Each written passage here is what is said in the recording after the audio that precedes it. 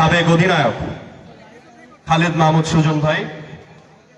সুজন ভাই শুধু ওনার সময় একজন সফল ক্রিকেটার ছিলেন না, এর পাশাপাশি এই যে বাংলাদেশ টিমের পরবর্তী যারা আমরা দেখেছি, যারা নক্ষত্র তৈরি হয়েছে, যারা খেলোয়াড় তৈরি হয়েছেন, তার একজন কারিগর হচ্ছে আমাদের সুজন ভাই। তো তাকে আমরা যে আমাদের মাধ্যমে পেয়েছি, তাকে আমরা একটা করতালি দিয়ে স্বাগত জানাতে চাই। এই পরিচালনা উনি করবেন। আর আমার যারা এলাকার খুদে ক্রিকেটাররা আসছেন, তাদেরকে আমি I want to wish them all the best wishes. তাদের সবাইকে আমি আশা করি তারা আলহামদুলিল্লাহ আজকে ভালো ট্যালেন্ট শো করে যে আমাদের যে উদ্যোগটি এখান থেকে আমরা বাছাই করে বাংলা ট্র্যাক ক্রিকেট একাডেমির ডাইরেক্টর সাহেব এখানে আছেন, মুক্তাদির সাহেব, ওনার সহযোগিতায় আমরা এই যারা আজকে বাছাই হবে তাদেরকে বাংলা ট্র্যাক ক্রিকেট একাডেমিতে 2 বছরের যে প্রশিক্ষণ এবং এর সমস্ত খরচ বহন করবে আমাদের এই সামাজিক উদ্যোগ।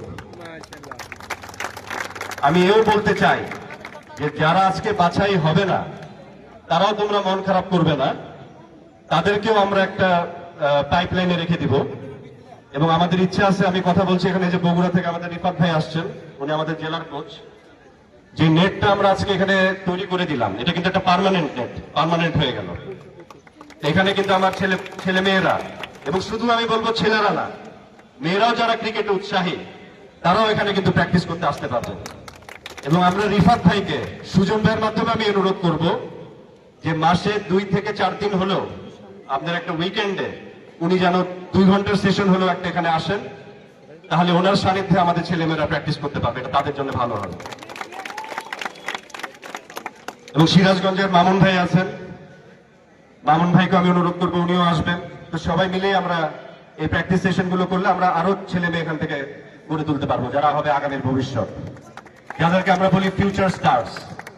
আমার উদ্যোগের আরেকটা কারণ হচ্ছে সুজন ভাই, যে আমি মনে করি that cricket should belong to every corner of Bangladesh, from the grassroots to the international arena.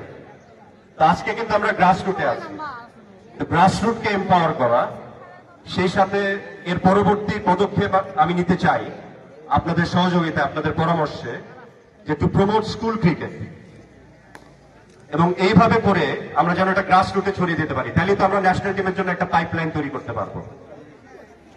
এবং পরিশেষে এই বলেই আমি শেষ করবো, আমার স্বপ্ন যে বগুড়ার কৃতি সন্তান ছিলেন মরহুম আরাফাত রহমান কোকো, যে বগুড়ায় ছিলেন মরহুম মুসলিম ভাইয়ের মতো ক্রিকেটার তৈরির কারিগর, সেই বগুড়া যেন আবার বাংলাদেশের মধ্যে একটি ট্রু ক্রিকেট হাব হিসেবে গড়ে উঠে, এই প্রচেষ্টায় আমি আপনাদের সবাইকে নিতে চালিয়ে যেতে চাই।